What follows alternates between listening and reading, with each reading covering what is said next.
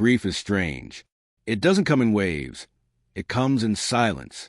It sits beside you at breakfast, lies down next to you at night, and stares at you when no one else is watching. It had been 6 days since Anna passed. I hadn't cried much. I wasn't numb. I was just floating. People came and went, dropping off casseroles, offering condolences they hoped sounded original. My brother flew in, stayed 2 nights, left early. Her mother couldn't stop crying.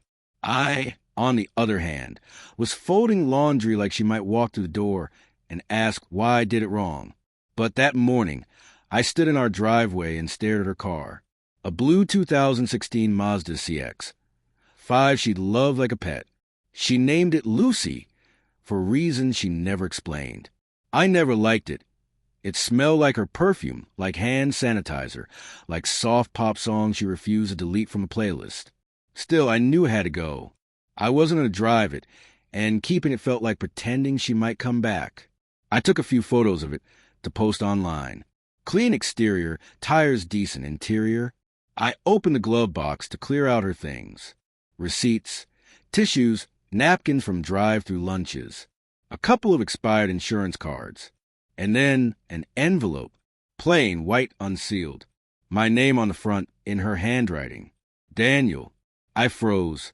My heart kicked in my chest, not in a sweet way, in a fight-or-flight way. I slid it out with shaking hands. Inside were 6 folded pages, not notebook paper, her stationery, the kind she only used when writing to her grandmother or mailing Christmas letters. The top page simply read, "If you're reading this, I'm gone, and I'm sorry for what you're about to learn." I sat in the driver's seat. The world went silent. She wrote about their first meeting. Him, a man named Cole. He wasn't someone I knew, not a friend, not a co-worker. She said they met at a professional retreat 2 years ago. She said she hadn't planned anything, didn't intend for it to happen. But that's how most stories like this begin, don't they? They shared a cab, talked about books, had coffee. They stayed in touch. She told me in the letter that it started emotionally, then physically.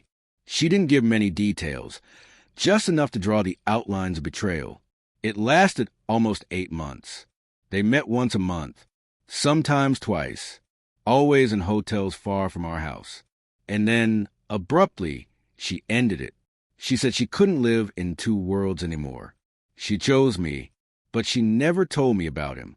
She said I'd never know, that she was willing to carry the guilt in silence, until the diagnosis came. Stage 4, out of nowhere, a gut punch with no wind-up, she wrote. When I found out, I didn't know how to confess to you, while also needing you to hold me together. You deserved honesty, but I needed love, and I was selfish. I read that part again. I needed love, and I was selfish. The pages blurred as tears finally came. Not sobs, just a quiet leaking, like something cracked open inside me.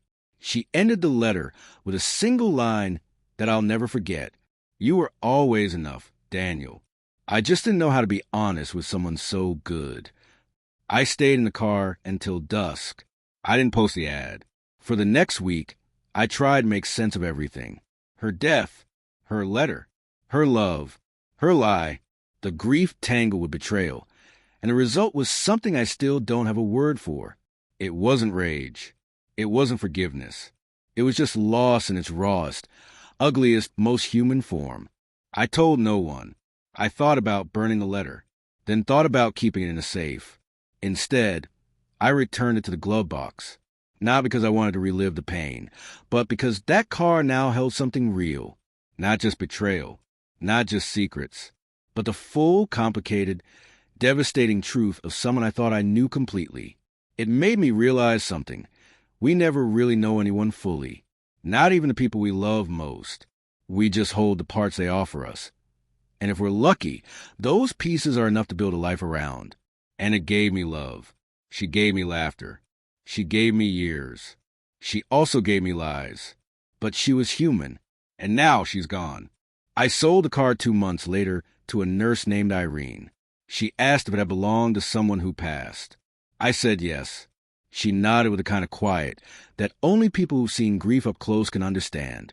I didn't tell her about the letter, but as she drove away, I watched Lucy's taillights fade and whispered something I hadn't been able to say before. I loved you anyway.